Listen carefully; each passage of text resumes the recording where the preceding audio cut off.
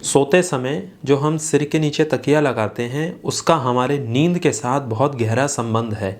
यदि हम तकिया हटाकर सोने का प्रयास करें तो नींद आना थोड़ा सा कठिन हो जाता है।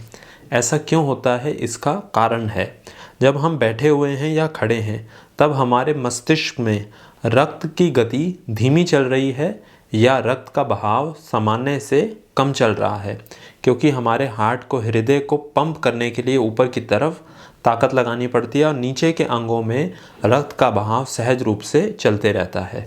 अब जब हम लेट जाते हैं बिल्कुल सीधे, बिना तकिए के बिल्कुल सीधे जब हम लेट गए तब पूरे शरीर में रक्त का बहाव एक बराबर चल रहा है और मस्तिष्क को खड़े और बैठे होने की तुलना में अब रक्त ज़्यादा मिल रहा है। और मस्तिष्क को जितना ज़्यादा रक्त मिलेगा उतनी नींद आनी कठिन हो जाती है। ब्लड फ्लो जितना ज़्यादा मस्तिष्क में ज़्यादा रहेगा, ब्लड की सप्लाई ज़्यादा चलेगी, एक तो मस्तिष्क के तंतुओं को इससे हानि भी पहुंच सकती है यदि रक्त का बहाव ज़्यादा चले मस्तिष्क में, और दूसरा जब सीधे बिल्कुल हम लेट गए हैं और मस्तिष्क की तरफ हमने रक्त का बहाव बढ़ा दिया है उस समय नींद आना कठिन हो जाता है, क्योंकि नींद आने के लिए मस्तिष्क में रक्त का बहाव कम होना चाहिए। इसीलिए जब हम सोने की कोशिश करते हैं तब सोने से पहले अपने सिर के नीचे तकिया लगाते हैं, जिससे शरीर के सामान्य तल से